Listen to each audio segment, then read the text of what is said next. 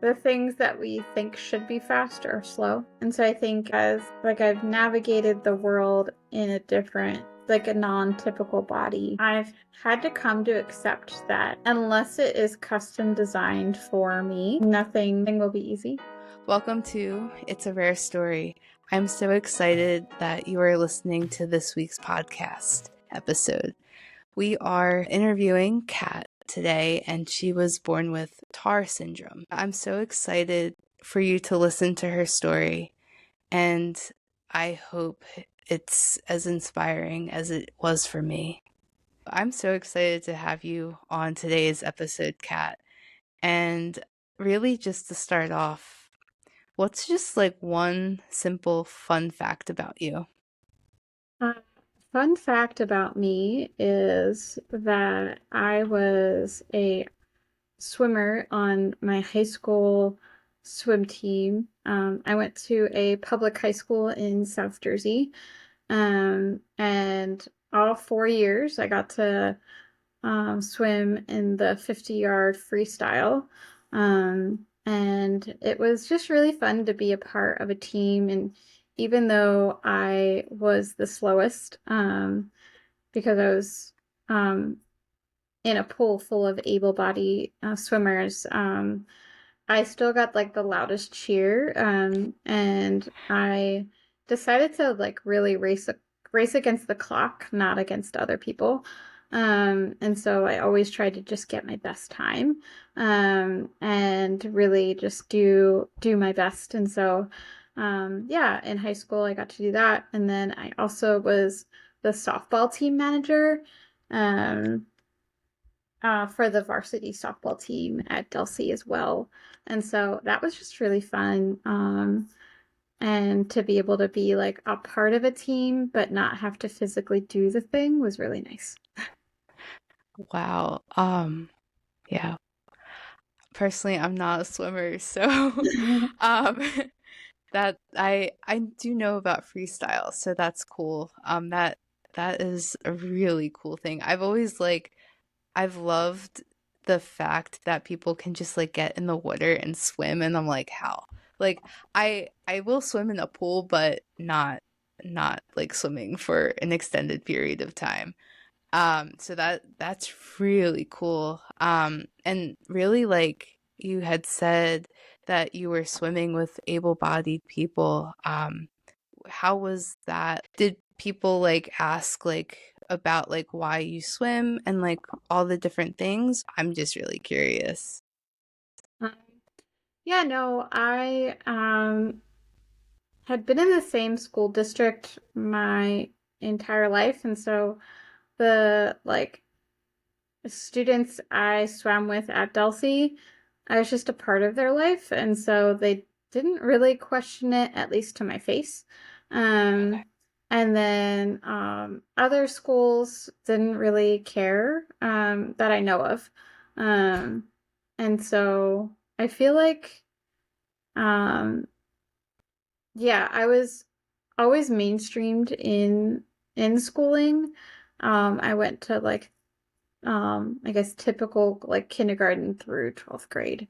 Um, and I technically had an IEP, but I probably should have had a 504 because I didn't really like need to change the curriculum of my schooling, but I just needed like an aid and like physical accommodations. Okay. And I guess this will lead into the next question of what is TAR syndrome? That is what you were born with. And so what did that entail? What did all the things? I want to hear about it. Yeah, so TAR syndrome, it's an acronym. It's short for Thrombocytopenia-Absent Radius. Okay.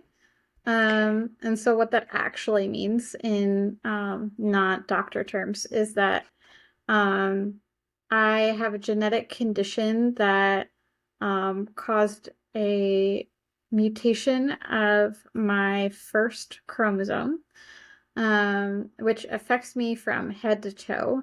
But the things that you can notice when you look at me is that I am missing my all in a bone, and my humerus doesn't even look like it's there, like my forearm. Um, and so it kind of looks like my hands are attached to my wrists. Um, and then I'm 4'3". Um, and I my hips are actually in my back. And I have bowed legs. I have like minor scoliosis. Um, and then a weird thing that no one would know if they looked at me, but like my one ear, it like canal is like differently formed. And so I had to get like special earplugs when I learned how to swim, actually. Um, but and then internally, the thrombocytopenia actually means low platelets. So platelets is the a clotting agent in your blood to help your body stop bleeding out, especially when there's a cut. And so when you're born, you're supposed to have about like 400,000. Oh, wow. And especially because of like if you think about it, like birth is pretty like traumatic for the baby as much as it is for the mom. And so um it like helps your body protect itself from the trauma of going through the birth canal. And like going through the like birthing process. And so my body only had 5,000 at birth. And um I my mom ended up having a C-section. She didn't want one, but she had to have one. Um because I was not coming out on my own. And so, but it actually like was a protection from the Lord that I didn't go through like the normal birth process because I probably would have like bled out and either had a brain bleed or like could have died. Um, and then I'm 30 years old, and so like medical and medicine has changed so much. And so my mom actually didn't know I had TAR syndrome until I was born, because ultrasounds only measured your the length of your leg bones, um, 30 years ago. And so they never even really looked for my arms. And so they didn't know that they didn't exist when I was in the womb. And so I was born at a local hospital in South Jersey, but then I was airlifted to Cooper. Um, and that's where I spent like the first 2 months of my life in the NICU at Cooper. Um, and yeah, because they were not expecting a child without arms to be born. So yeah, it's definitely interesting to think about the changes in medical field, but also like um, how yeah significant um, my disability ended up being. Wow. Yeah, there's been so much change in the medical field. Like, I know when I went through everything, it's it's changed so much since even like I went through a bone marrow transplant. The it's gotten so much better with all of the advances and all that. Um, but like, so your mom did not know that you didn't have arms when she was pregnant with you. And so like was that like a shock to her? Like how was her response to that? Yeah, I actually am not really sure. I think it was just more of a traumatic like response anyway of just like what is happening because like there was no like plan set in place. It was just like we are going to react to what is happening. Um, Okay. and so I was born in the same hospital my three older brothers were. She anticipated a very similar postpartum experience. And so like yeah, that was I think emotionally, I'm not sure her reaction, but I know that in general, it was just like I was like airlifted. And so like she saw me for probably about 30 seconds to a minute before like they like took me away and were like, there's something wrong. And then there were a lot of decisions that were made by doctors that like they had to make them. And she didn't get as much of a say in my care as like we do now. Um, so yeah, definitely like really interesting. Because now at children's hospitals, they have what's called special delivery units, where if you know your baby is going to be born with um, a genetic condition or like a birth defect or something, like you can choose to give birth at um, different like children's hospitals. So then you can then go to the NICU and be close to your baby and like be able to like pump and things like that. So like just even those kind of delivery units like um is pretty new and unique in the last decade or so. Um but I actually know of a friend who had a baby that um had some issues with her heart, and so she like delivered at CHOP Wow. um because they like knew about it ahead of time. So it was like, oh, okay, let's plan, like um let's make sure that everyone is in the right place for the Wow. circumstance. Yeah, that's really awesome that they have a program like that. Um, yeah, like I know did not have that years ago. Yeah. Um, yeah, so that's amazing. All right, so now that we've kind of gone through the birthing process of like not knowing that you were going to be born with TAR syndrome, how like has life been like growing up? Like what was the process with that and just experiences? Yeah. So I think growing up, I was the only one with a disability in my family. And my family, um, I had three older brothers. And then my mom is very close with her siblings. And so I grew up very close with my cousins. And so they felt like siblings to me in a lot of ways.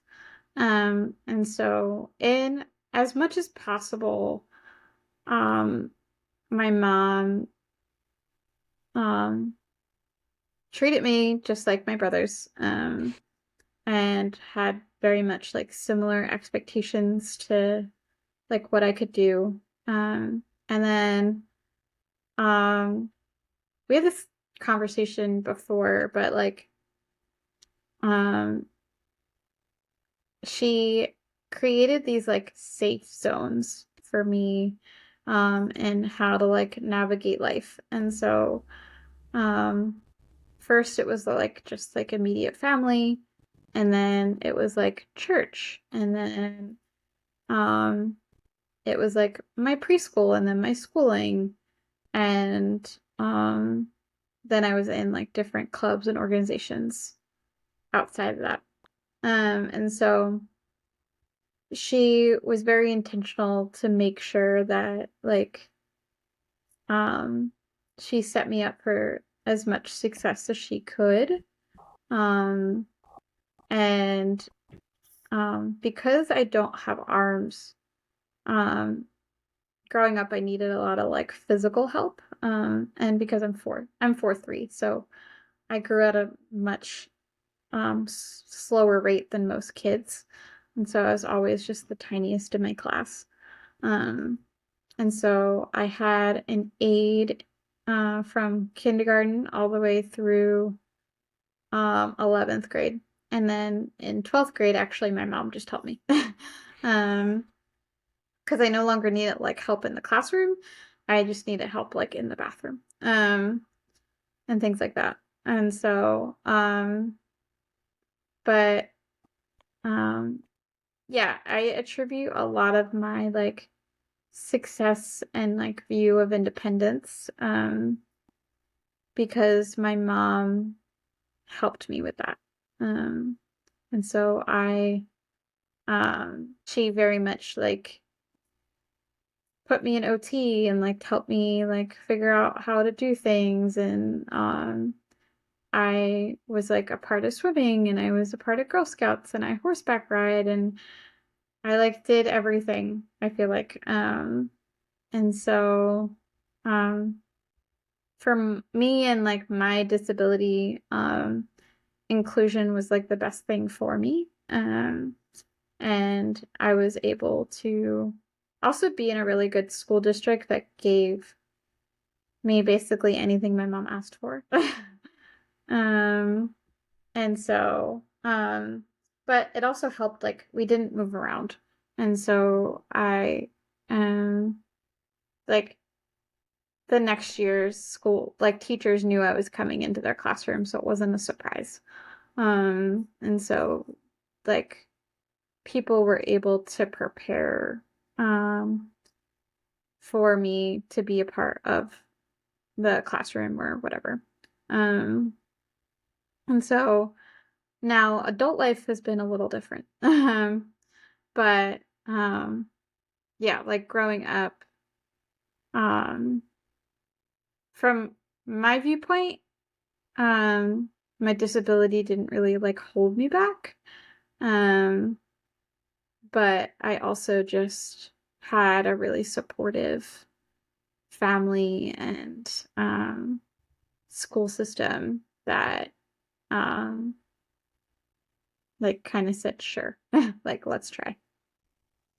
Yeah, so I was really enjoying what you were saying, and just yeah, like listening to how life has been. And you slightly mentioned adult life. So how's adult life different than just growing up? Adult life is different because you don't get the shield of your parents anymore. Um, and you have to navigate everything um in a way on your own. And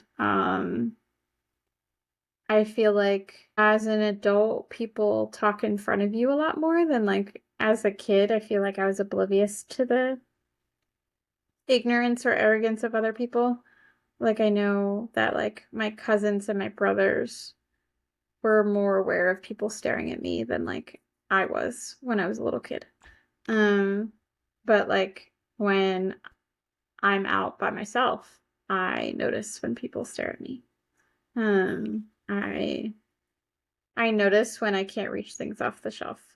um, just because I'm out by myself in different circumstances. Um, and so yeah, and like having to ask for accommodations in workplaces and then navigating whether they want to give it to you or not, or want to give you the job or not. My mom can't make anyone give me a job, and things like that. So it's easier when you're in school, like they have to give you an education, so they have to give you the accommodations to be able to learn. But in the like adult world, no one has to rent an apartment or accommodate you. No one has to give you a job. Um, Mm. no one has to help you grocery shop. Um, like, and so you have to like set up those support systems for yourself. Wow. Yeah, there's a lot that you said there. Yeah, adult life is so different. Like you were saying, like people don't have to do anything. Like they have the option, but when you're in school, they kind of have to help you in some way. And even there, like they don't have to help you, but you're more likely to get help because you're there to learn. And the way school is, they really like want you to learn as best as possible. And so yeah, like, do you have a job? Like, have you been able to find a job where they're able to help you in whatever way, and just allow you to do the job? Yeah. So actually, I have been working technically since I was 18. Um, I had two on-campus jobs. And so my first job ever was I was the swim team manager of my college, which was really fun because I had done similar role in high school but didn't get paid for it. And so the swim team coach was like, "Hey, I actually have like student worker money. Do you want to get paid to do it?" And I said, "Sure." And so that was really fun, and I got to do that all 4 years. And then I was a phone-a-thon, um, like caller in um, in college, and Rider University is a private university, and so but we're also nonprofit, and so we have to fundraise to run the school. And a lot of it's based on alumni like giving. And so what they do twice a year is they do a phone-a-thon where students call alumni and fundraise on behalf of the school. Um, and so I did that for 3 years. And I remember going in, I'd like applied for the job and then I went in for the interview. And I remember that the guy was like shocked that I'd walked in the door because he had no idea what to do with me. And then he like asked me, he's like, "Can you use a computer?" And I was like, "Yeah, I'm a college student. I use a computer every day." And that was like 19-year-old Kathleen, so I had like no filter. And then he called the like representative that like connected the school with the company that they used, and was like, "Hey, like this girl walked in and she's like, well, can she read?" She's like, he's like, "Yeah." And then she's like, "Then let her do the job. Like, there's no reason that she can't do the job. Um, like, it's fine." Um, so I remember that kind of like moment of like, oh, right, like people just don't know how to have people work. Um, like students with disabilities. And so that was college. And then after college, I worked for a company called Sidekick Support Services, and I was an administrative assistant for like a year and a half. And I worked from home, and it was just a part-time job, and um, that was okay. But they weren't gonna ever give me full-time hours, and I needed full-time work. Um, and then um, for a good 6 months, I was unemployed. I tried to do another like work from home job, and that kind of didn't really work out as much. And then I um, had like a good 6 months that I was unemployed, like I said. And then I worked for a temp agency because I was having a lot of trouble finding a job that would hire me. Like I went on interviews and I put in resumes and I did the work and I just couldn't find a job that would hire me even though I had a bachelor's degree. And I was like, this is ridiculous. Um, and then I did um, a temp job at the Salvation Army as an administrative assistant. And then I applied to do that like permanently. And then they chose to do someone, like they chose to go with someone else. And I was really mad because I was like, I'm literally doing the job. Like, this is ridiculous. And so I felt like it was discrimination, but I had no like way to prove that it was. But I was like, I'm literally doing the job. Like, I don't know who could do this job better than me if I'm literally doing it. And then they asked me to train them. I was so mad. Oh my gosh. And then I left and then I went to Basileia. I was like, I'm gonna go off to the woods. I don't want to be around people anymore. I'm just gonna go off to the woods. So, Oh um, my gosh.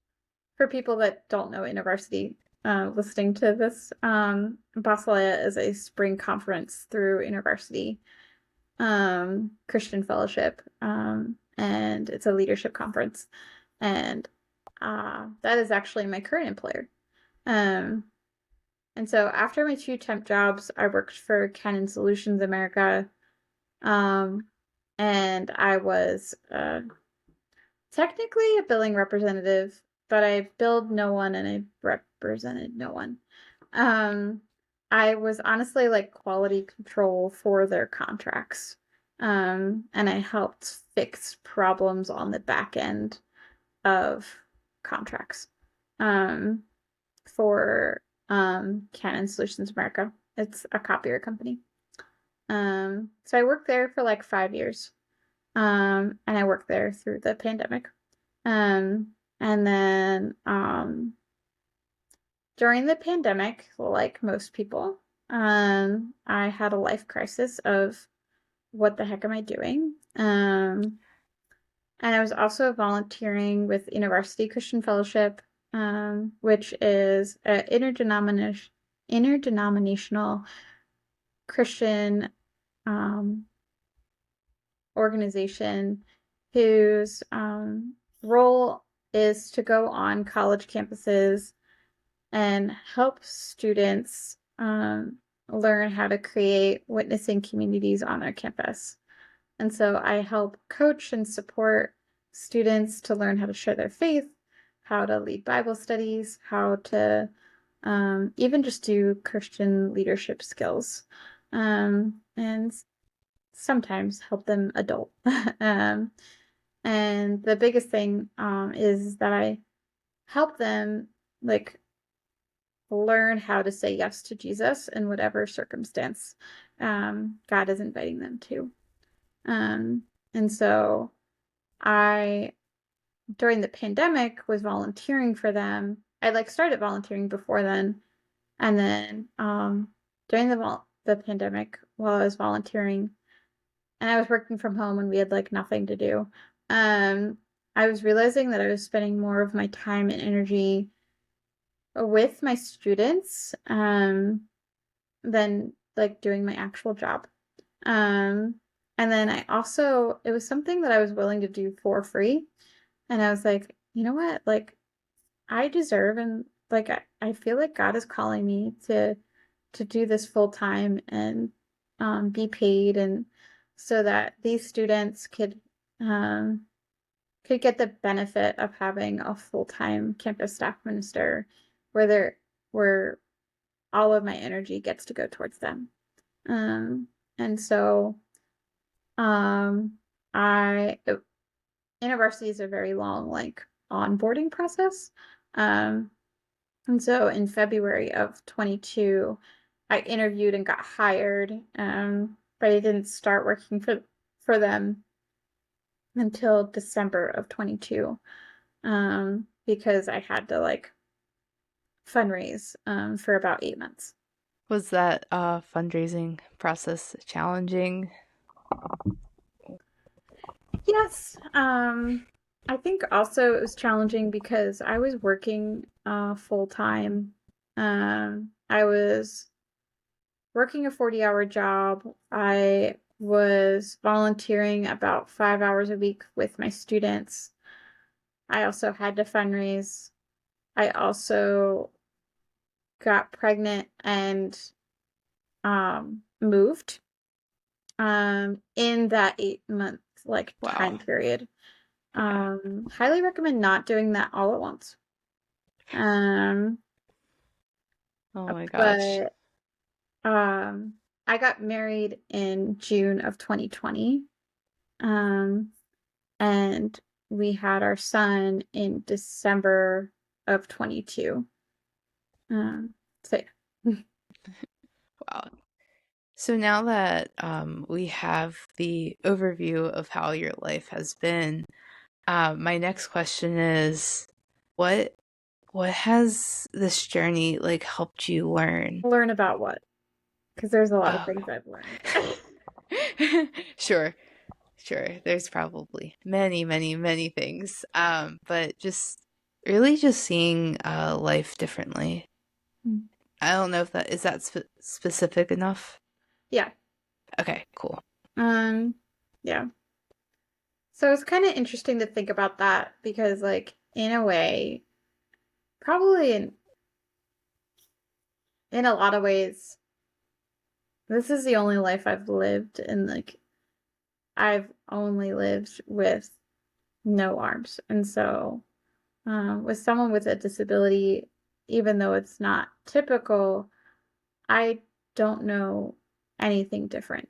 Um, and so I think there's a tagline that I like to say, which is the title of my podcast called like "No Day is Normal."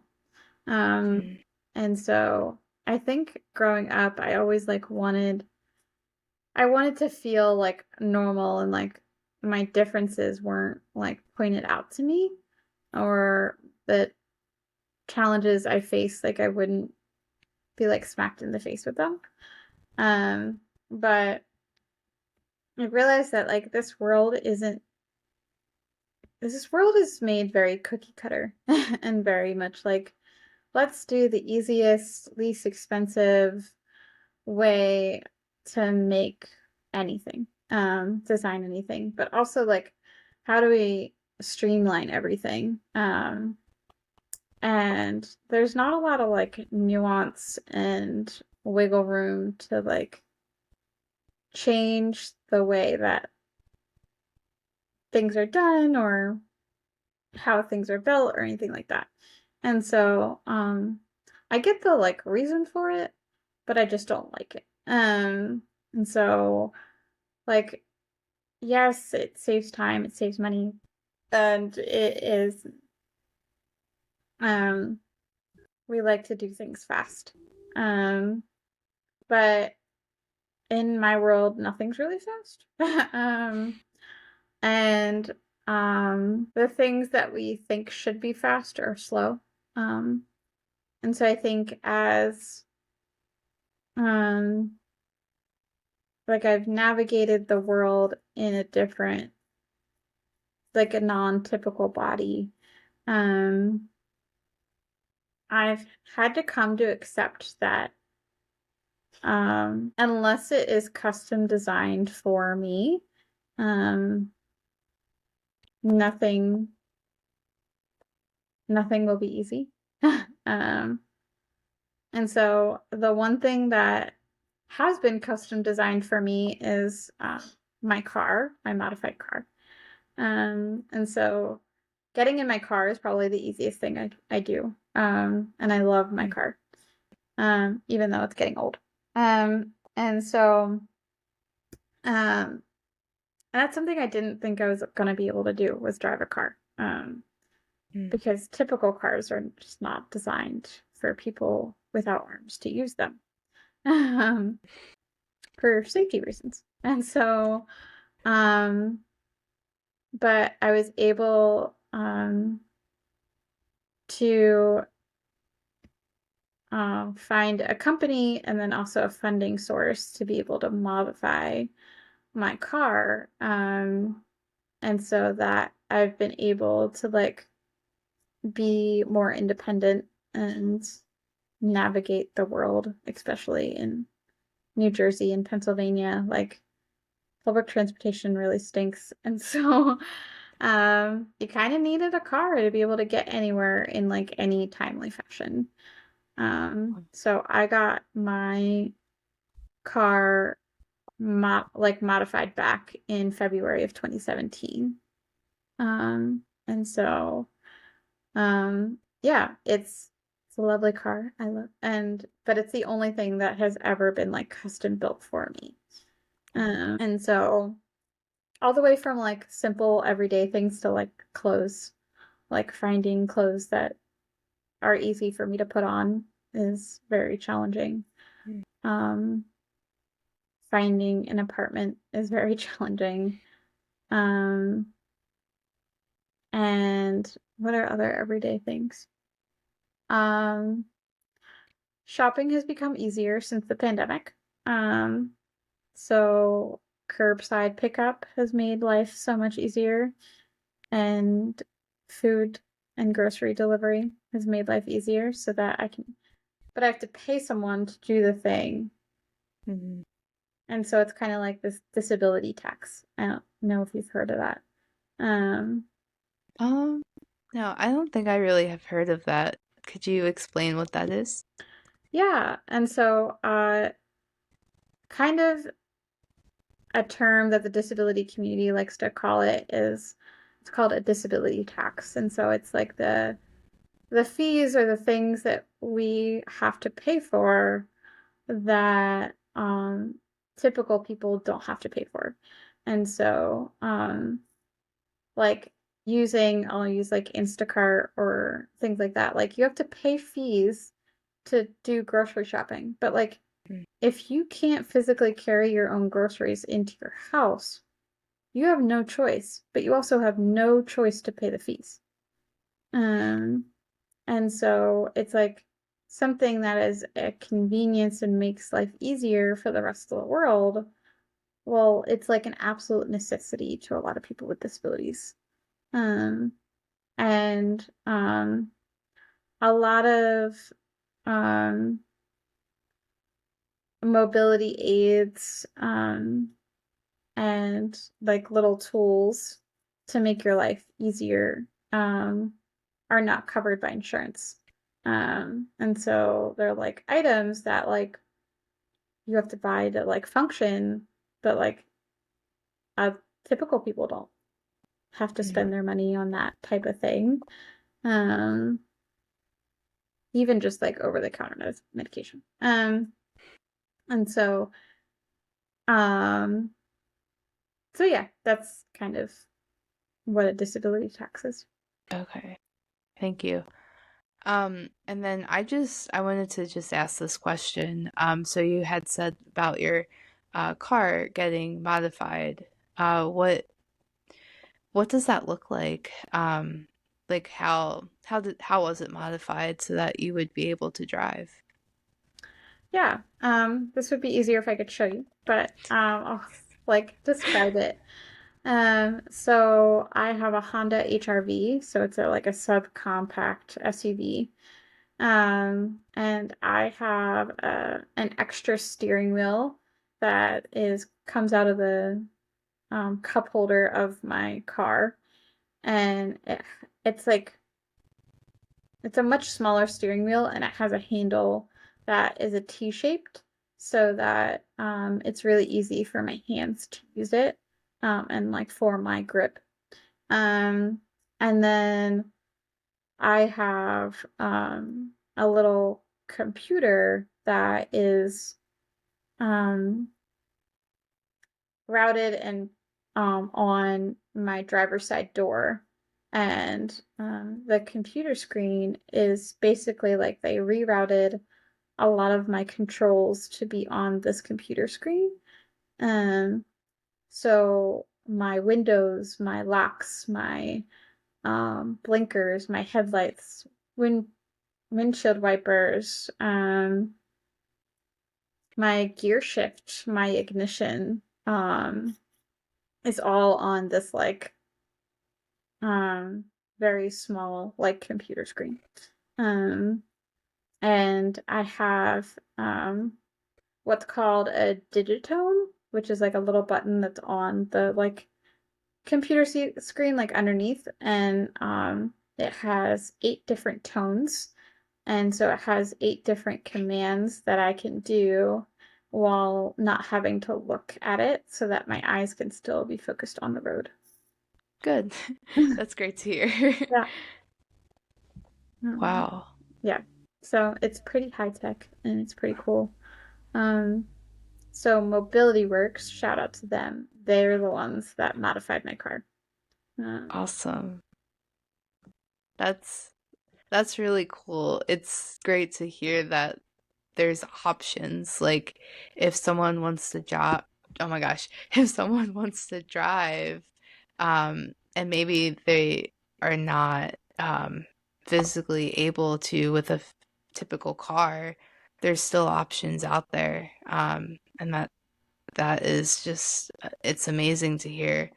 I've never personally seen a modified car, but that just blows my mind, really, that there's options. So, um, and really to just close out the episode, I just wanted to ask, what would you tell someone, whether they're a parent or a teenager, young adult, that is just getting a diagnosis?